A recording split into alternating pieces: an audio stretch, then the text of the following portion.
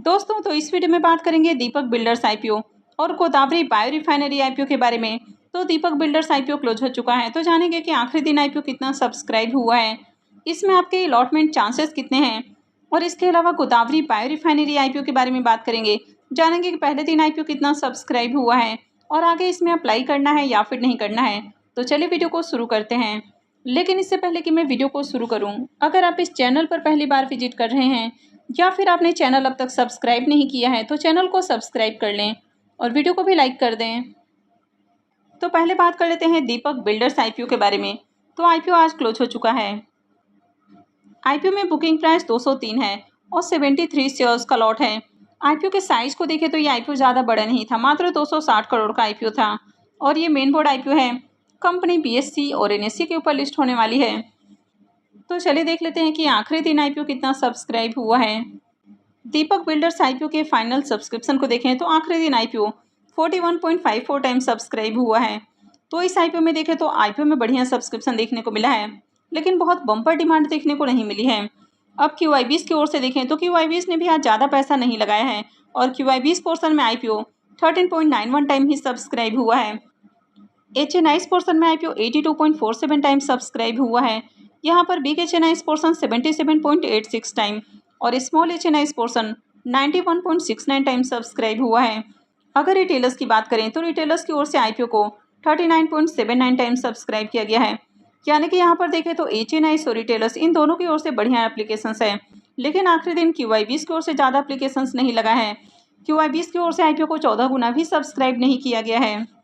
वैसे आखिरी दिन रिटेलर्स की ओर से देखें तो आईपीओ में 25,58,000 एप्लीकेशंस लगे हैं। और अगर इस आईपीओ में अलॉटमेंट चांसेस की बात करें तो रिटेल पोर्शन में आईपीओ 39 गुना से ज़्यादा सब्सक्राइब हुआ है। तो इसका मतलब है कि हर 39 एप्लीकेशंस में से किसी एक एप्लीकेशंस को अलॉटमेंट मिलने वाली है। अब इस आईपीओ में आखिरी दिन लगने वाले अगर बिडिंग अमाउंट को भी देखें तो आईपीओ में आखिरी दिन 7,500 करोड़ रुपये से ज़्यादा की बिडिंग आई है। वैसे अगर यहाँ पर क्यूआईबीज की बात करें तो क्यूआईबीज की ओर से मात्र 723 करोड़ रुपए ही लगे हैं, यानी कि क्यूआईबीज ने आखिरी दिन ज़्यादा पैसा नहीं लगाया। एचएनआईज की बात करें तो एचएनआईज की ओर से आईपीओ में 3200 करोड़ रुपए से भी ज़्यादा की बिडिंग देखने को मिली है। यहाँ पर बिग एचएनआईज की ओर से आईपीओ में 2000 करोड़ रुपए से ज़्यादा की बिडिंग है। और अगर स्मॉल एचएनआईज की बात करें तो इनकी ओर से 1100 करोड़ रुपए से ज़्यादा की बिडिंग है और रिटेलर्स ने आईपीओ में 3600 करोड़ रुपए से ज़्यादा का बिड लगा दिया है। यानी कि एचएनआईज और रिटेलर्स की ओर से अच्छी डिमांड है, लेकिन क्यूआईबीज ने आखिरी दिन पैसा नहीं लगाया। इस आईपीओ का अलॉटमेंट डेट 24 अक्टूबर है, यानी कि कल के दिन ही आईपीओ की अलॉटमेंट होगी। रिफंड डेट 25 अक्टूबर, क्रेडिट डेट भी 25 अक्टूबर है और आईपीओ की लिस्टिंग 28 अक्टूबर को यानी कि मंडे को लिस्टिंग होने वाली है। तो चलिए देख लेते हैं कि इसके अलॉटमेंट को कहाँ चेक करना है। दीपक बिल्डर्स एंड इंजीनियर्स आईपीओ का ऑफिशियल रजिस्ट्रार केफिन टेक्नोलॉजी लिमिटेड है। तो वीडियो के डिस्क्रिप्शन में मैं आपको इसका लिंक दे दूंगी, यहाँ से जाकर आप आईपीओ के अलॉटमेंट को चेक कर सकते हैं। तो चलिए अब इसके प्रीमियम को भी देख लेते हैं। तो दीपक बिल्डर्स आईपीओ के प्रीमियम को देखें तो इसके प्रीमियम के अंदर गिरावट देखने को मिल रही है। तो काफ़ी दिनों से इसका प्रीमियम जहां 61 रुपीज़ के ऊपर ट्रेड कर रहा था, वो आज गिरकर 50 रुपये के ऊपर देखने को मिल रहा है और आईपीओ क्लोज होने से पहले ही इसके प्रीमियम के अंदर गिरावट देखने को मिली है। ग्रे मार्केट में यहाँ पर सेलिंग प्रेशर भी देखने को मिल रहा है, तो आगे हो सकता है कि प्रीमियम के अंदर और गिरावट आपको देखने को मिल जाए। आईपीओ में 73 शेयर्स का लॉट है और अभी इसका प्रीमियम 50 रुपीज़ के ऊपर ट्रेड कर रहा है। तो आईपीओ से 3650 रुपये एक लॉट से प्रॉफिट हो सकता है। प्रीमियम को देखें तो प्रीमियम 25% के राउंड ट्रेड कर रहा है।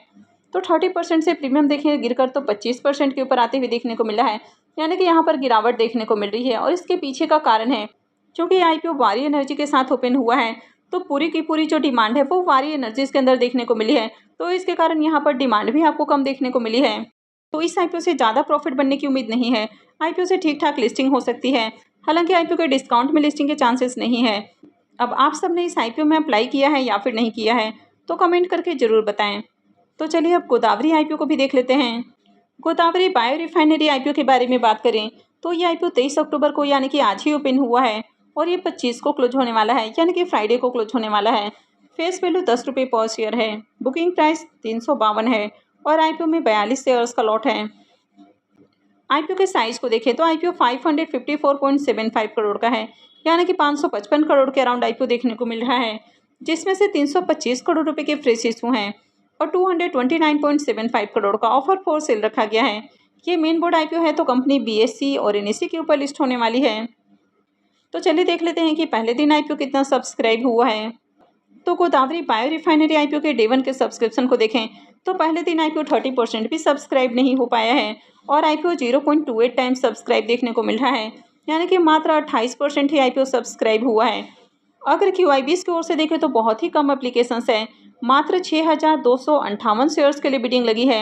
एचएनआईएस पोर्शन में आईपीओ 0.12 टाइम, तो एचएनआईएस की ओर से भी कम डिमांड है। यहाँ पर बिग एचएनआईएस पोर्शन 0.06 टाइम और स्मॉल एचएनआईएस पोर्शन 0.25 टाइम सब्सक्राइब हुआ है। वहीं पर अगर रिटेलर्स की बात करें तो रिटेल पोर्शन में आईपीओ 0.51 टाइम सब्सक्राइब हुआ है, यानी कि रिटेल पोर्शन भी फुल्ली सब्सक्राइब नहीं हो पाया है और 51% रिटेल पोर्शन सब्सक्राइब हुआ है। तो किसी भी पोर्शन में डे 1 में ज़्यादा एप्लीकेशंस नहीं लगा है। रिटेलर्स की ओर से देखें तो 49,390 एप्लीकेशंस लगा है, यानी कि पहले दिन आईपीओ में डिमांड देखने को नहीं मिल रही है। अब ये जो कंपनी है ये इथेनॉल बेस्ड केमिकल्स बनाती है और इसकी जो डिमांड है वो काफ़ी अलग अलग तरह के इंडस्ट्रीज के अंदर इसकी डिमांड देखने को मिल जाती है। तो कंपनी के प्रोडक्ट पोर्टफोलियो में bio based chemical, sugar, various grade of ethanol और साथ ही पावर भी देखने को मिल जाता है। तो इनका जो यूज है अलग अलग इंडस्ट्रीज के अंदर देखने को मिल जाता है। तो इसमें food, beverages, pharmaceutical, flavour, fragrances, power, fuel, personal care और कॉस्मेटिक इंडस्ट्रीज देखने को मिल जाती है, जहाँ पर इनके केमिकल्स का यूज किया जाता है। इस कंपनी के अभी करेंट में 3 रिसर्च एंड डेवलपमेंट फैसिलिटीज़ हैं और कंपनी के क्लाइंट बेस में भी देखें तो कई बड़ी बड़ी कंपनियों का नाम देखने को मिल जाता है, जैसे कि इसमें Hershey India private limited, Hindustan Coca Cola, इसके अलावा और भी कई सारे कंपनियों का नाम देखने को मिल रहा है। कंपनी के फाइनेंशियल को देखें तो कंपनी के एसेट और रेवेन्यू के अंदर तो आपको जंप देखने को मिली है, लेकिन अगर कंपनी के प्रॉफिट को देखें तो फाइनेंशियल 22 के अंदर कंपनी का प्रॉफिट जहां 19 करोड़ था, फाइनेंशियल 23 के अंदर बढ़ के 19 करोड़ 64 लाख और फाइनेंशियल 24 के अंदर देखें तो प्रॉफिट में गिरावट देखने को मिली और इसका प्रॉफिट 12 करोड़ हो गया है और फाइनेंशियल 25 के एक क्वार्टर में देखें तो इसका जो प्रॉफिट है वो नेगेटिव में देखने को मिल रहा है, यानी कि कंपनी लॉस में देखने को मिल रही है। वैसे कंपनी के नेटवर्थ और रिजर्व बढ़ते हुए देखने को मिले हैं, लेकिन अगर कंपनी के ऊपर डेट की भी बात करें तो कंपनी के ऊपर डेट भी हेवी देखने को मिल रहा है। इसका जो डेट टू इक्विटी रेशियो है वो 3.01 का देखने को मिल रहा है, यानी कि बहुत ही हेवी डेट है कंपनी के ऊपर।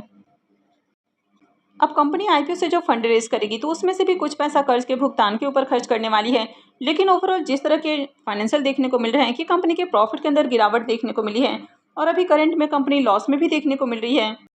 तो कंपनी के फाइनेंशियल को देखें तो फाइनेंशियल बढ़िया देखने को नहीं मिल रहा है। एक तो कंपनी लॉस मेकिंग है और ऊपर से कंपनी के ऊपर कर्ज भी बहुत ज़्यादा है और इसके अलावा इस आईपीओ के अगर पी मल्टीपल को देखें तो इसका पी मल्टीपल 120 से भी अबव देखने को मिल रहा है, यानी कि कंपनी भी काफ़ी ज़्यादा ओवर वैल्यूड प्राइस के ऊपर आईपीओ लेकर आई है। अब आपने हुंडई आईपीओ को देखा कि ओवर वैल्यूड प्राइस के ऊपर आने के बाद उसमें क्या हश्र देखने को मिला है, हालांकि आज उसमें तेज़ी देखने को मिली है। तो कभी भी आपको 1-2 दिन की तेज़ी देखकर ज़्यादा खुश नहीं होना है और बाइंग तो बिल्कुल भी नहीं करनी है, उसमें आगे भी बड़ी गिरावट आपको देखने को मिल सकती है। तो यहाँ पर भी देखें तो आईपीओ बहुत ही ज़्यादा ओवर वैल्यूड देखने को मिला है, यानी कि काफ़ी ज़्यादा रिस्की कंपनी है। और इसके ग्रे मार्केट प्रीमियम को देखें तो अब तक इसका ग्रे मार्केट में प्रीमियम भी ओपन नहीं हुआ है और इसके पीछे कई सारे आपको रीज़न देखने को मिल रहे हैं, जैसे कि आपने देखा कि कंपनी लॉस मेकिंग देखने को मिल रही है और यह आईपीओ भी बहुत ज़्यादा ओवर वैल्यूड प्राइस के ऊपर आया है, तो इसी कारण अब तक इसका ग्रे मार्केट में प्रीमियम देखने को नहीं मिल रहा है। तो इस आईपीओ में अप्लाई करना काफ़ी रिस्की हो सकता है, तो इस आईपीओ को बेहतर है कि अवॉइड किया जाए। तो आई होप कि आपको वीडियो अच्छी लगी होगी। तो अगर आपने वीडियो को लाइक नहीं किया है तो वीडियो को लाइक कर दें, चैनल को भी सब्सक्राइब करके रखें और वीडियो को अंत तक देखने के लिए आप सबका बहुत बहुत धन्यवाद।